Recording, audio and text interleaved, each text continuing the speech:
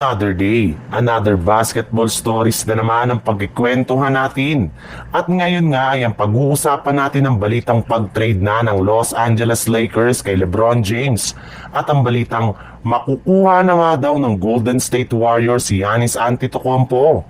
Kagaya nga ng inaasahan, official na ngang kinuha ni LeBron James ang kanyang player option sa Los Angeles Lakers ngayong araw na nagkakahalaga ng mahigit sa $52.6 million contract.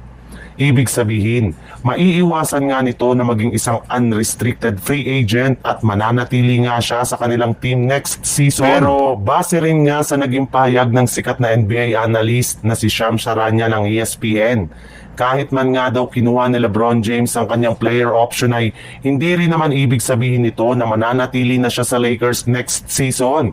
In fact, malaki nga daw po ang posibilidad na mag-request ito ng trade ngayong off-season. Alam nga po niya na naghahanda na ang Lakers para sa kanilang future kaya malaki nga ang kanilang pagdududa na makakabuo ang kanilang team ng isang malakas na line-up na makakapag-compete sa kampyonato. Malapit na rin naman nga daw ito na mag-retire kaya mas gugustuhin nga nito na lumipat ng ibang team.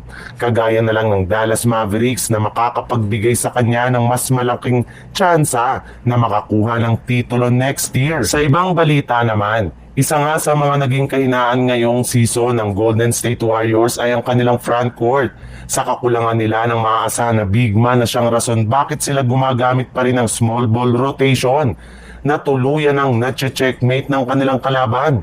Kaya upang hindi nga ito maulit ay plano na nga nila na kumuha ng bagong sentro as soon as bumukas ang off-season, either sa trade man yan o sa free agency. Ngunit kung isang NBA insider nga daw ang inyong tatanungin, hindi pa rin naman nga daw talaga sinasarado ng GSW ang posibilidad na kunin nila si Giannis Antetokounmpo.